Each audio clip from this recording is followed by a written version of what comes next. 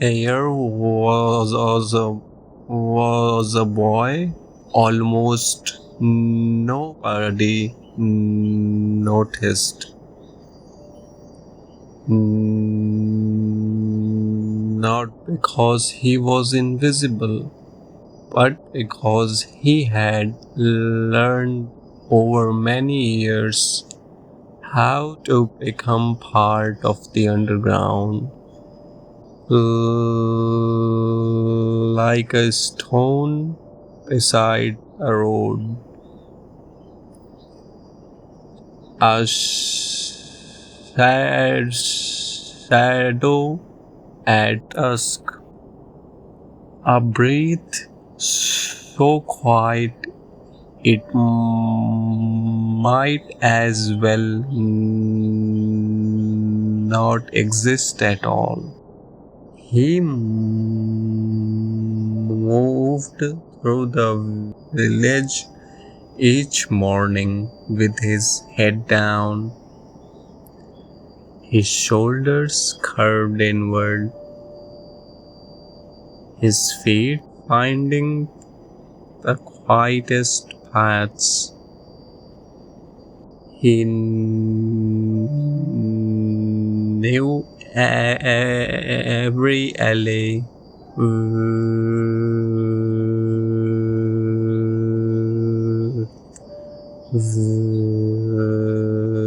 where he could walk alone.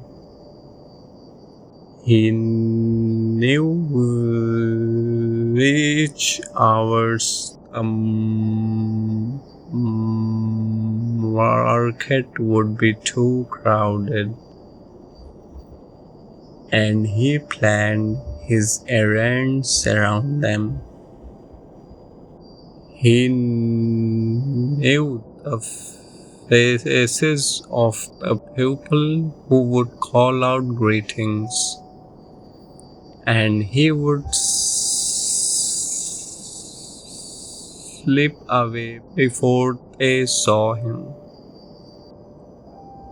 Because being seen meant being asked questions, and questions meant words, and words meant exposure,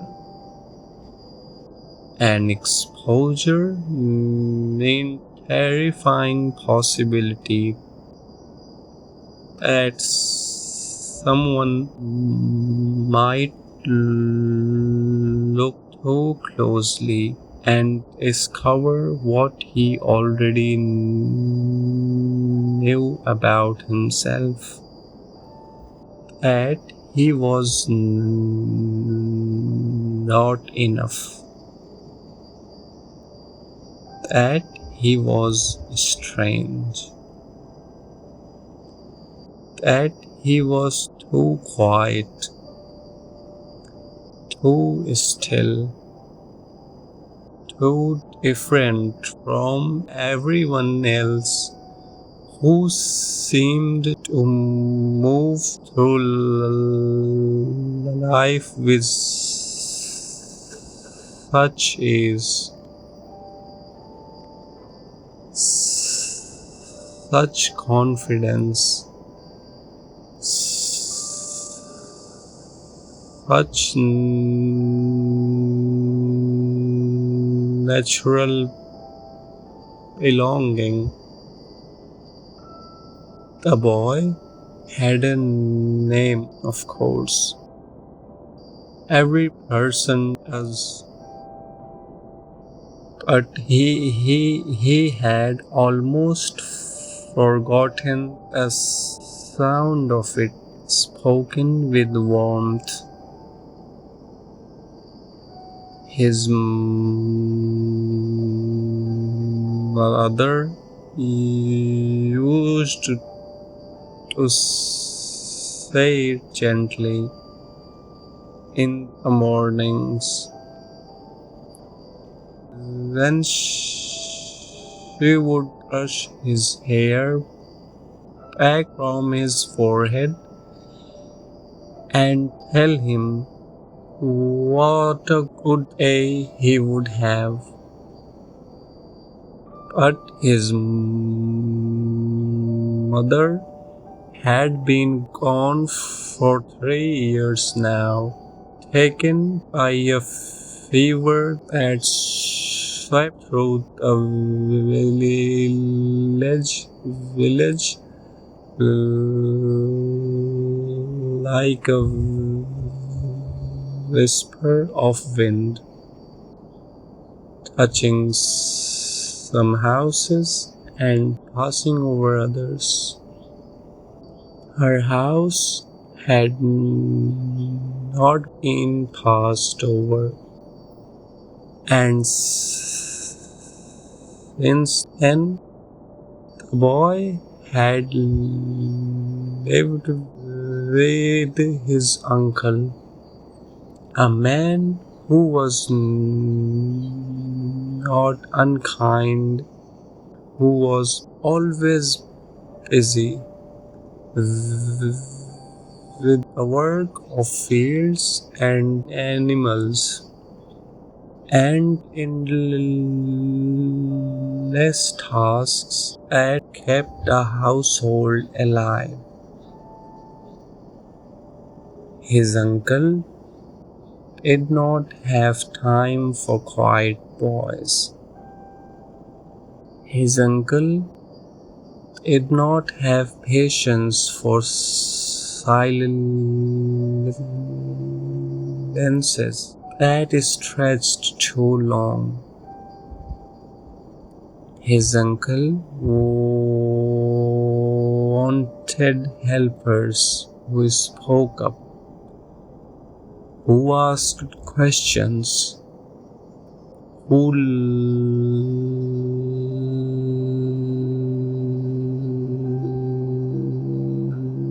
laughed loudly at meals and argued about the price of grain in marketplace. The boy did none of those things. So his uncle stopped trying to draw him out, and the boy retreated further into himself, into a small, safe world inside his own mind,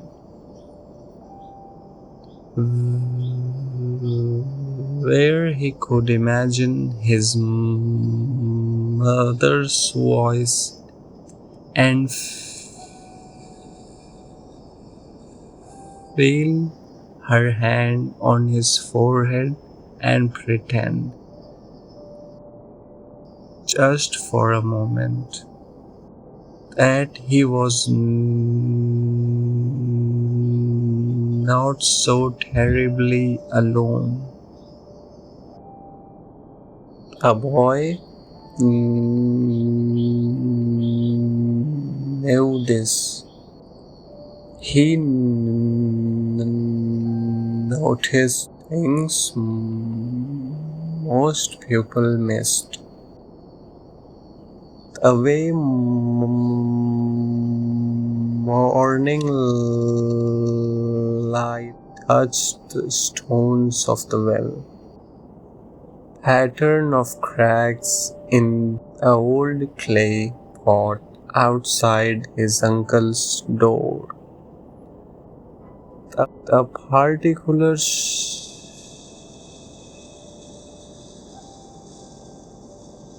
shade of blue the sky turned just before sunset.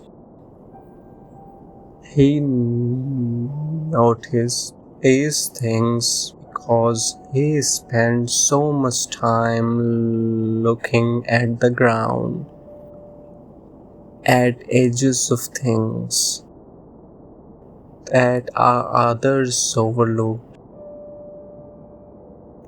He noticed small things, but he did not notice himself. Not really. He saw himself only as others saw him, as strange, as quiet, as someone who did not quite fit. He had absorbed eager glances, eager whispered questions, eager gentle pity, and he had made a home inside eager judgment. It was easier that way. If he already knew what they thought, he was less than others. Their words could not surprise him, could not wound him anew. He had built walls around his heart, walls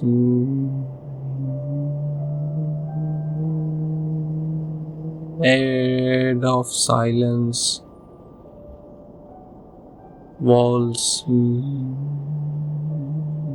made of distance, arcing certainty that no one would ever truly see him.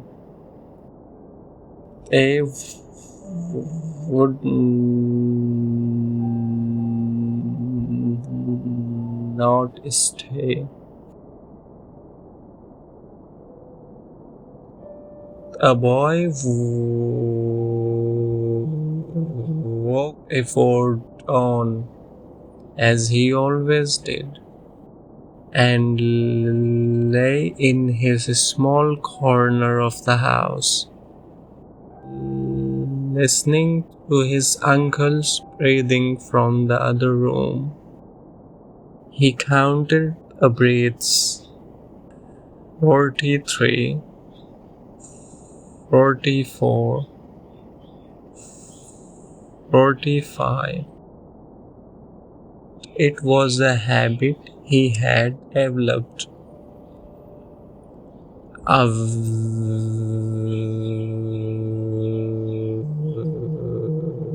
way of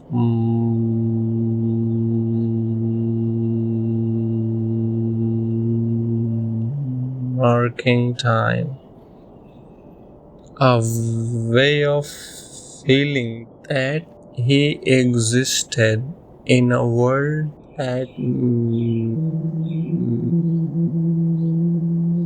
made sense. When a first gray light crept through the window, he rose. He dressed in his simple tunic, the one that had been his father's, and tied his sandals with careful, deliberate movements. He did not hurry. He never hurried. Hurrying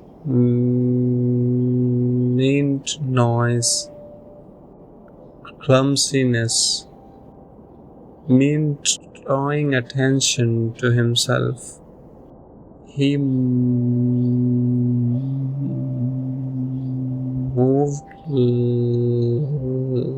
like water over stones, slow, silent, barely leaving a trace. Outside, the village was waking. He could hear the sounds of it, clatter of pots, lowing of goats being led to pasture. His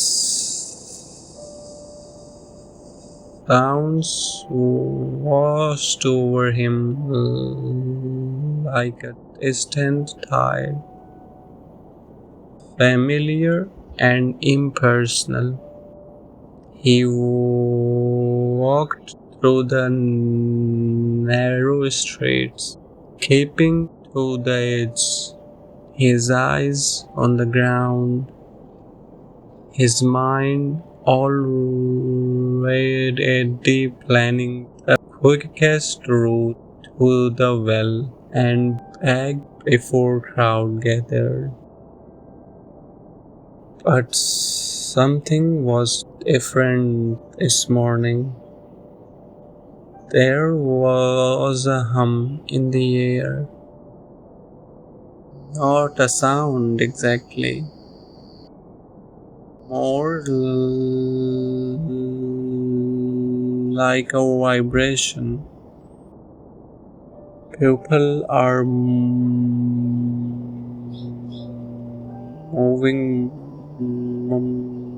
more quickly than usual,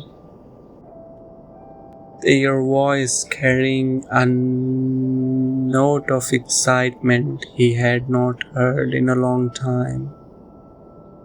A teacher had come to the village, a healer, someone who spoke with authority about God and forgiveness and a kingdom that was drawing near. Boy had heard the whispers the night before as he sat in shadows of his uncle's courtyard, trying to make himself small. Some of the neighbors had gathered to talk, their voices rising and falling with the rhythm of storytelling.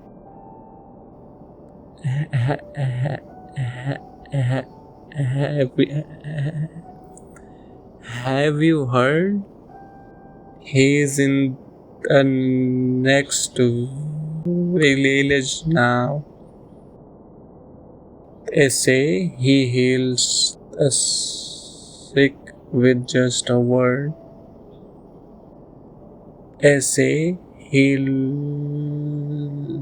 looks at people and knows everything about them. They say he's the one we have been waiting for. The boy had listened from his corner, unseen, unnoticed, his heart beating a little faster than usual. He did not know why the words affected him so deeply. He was not sick. He had never been paralyzed or blind or covered in sores. But there was something inside him that hurt. Something that acted in ways he could not name. Something that felt when he was honest with himself, like a sickness of the soul. He had pushed the feeling away, as he always did. He had reminded himself that he was not important enough for a healer's attention. A great figures of the world did not stop for quiet boys on the edge of crowds. He was none of those things. So he had gone to sleep, and he had woken, and he had decided to go about his day as if nothing had changed. But everything had changed. He could not feel it in the air as he walked toward the well. The streets were busier than usual. Families were hurrying toward the village square. Children were running ahead, while others walking with purpose. The boy stepped into an enclosure, pressing himself against a rough stone wall, and watched them pass. He had never seen so many people moving in one direction, and at the center of their movement, drawing them like moths to a flame, was a presence he could not see but could somehow feel. It was like warmth radiating from a fire you had not yet reached. It was like the first notes of a song you had never heard, but somehow already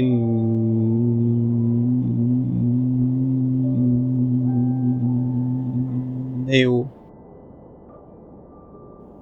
The boy stood in awe, his heart pounding, his breath shallow. Every instinct told him to turn back, to retreat to safety to his uncle's house. But something else was stirring inside him. Something that felt like hope. Maybe this preacher, This healer, this man everyone was talking about, might look at him and not see a strange, quiet boy. It was a foolish thought. He knew it was foolish, and yet he could not make himself turn away. And when everyone saw him, the boy found himself staring. And then, impossibly, the teacher's eyes met his. For a moment, the boy thought it was an accident. A brief glance,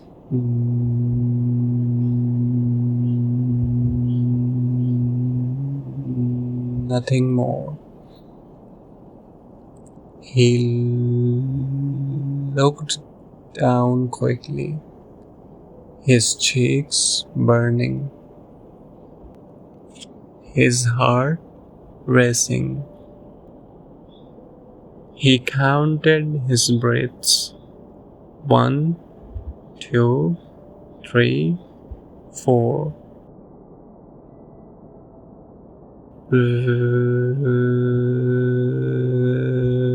When he looked up again, the teacher was still looking at him. Not at the crowd in general, at him, directly at him.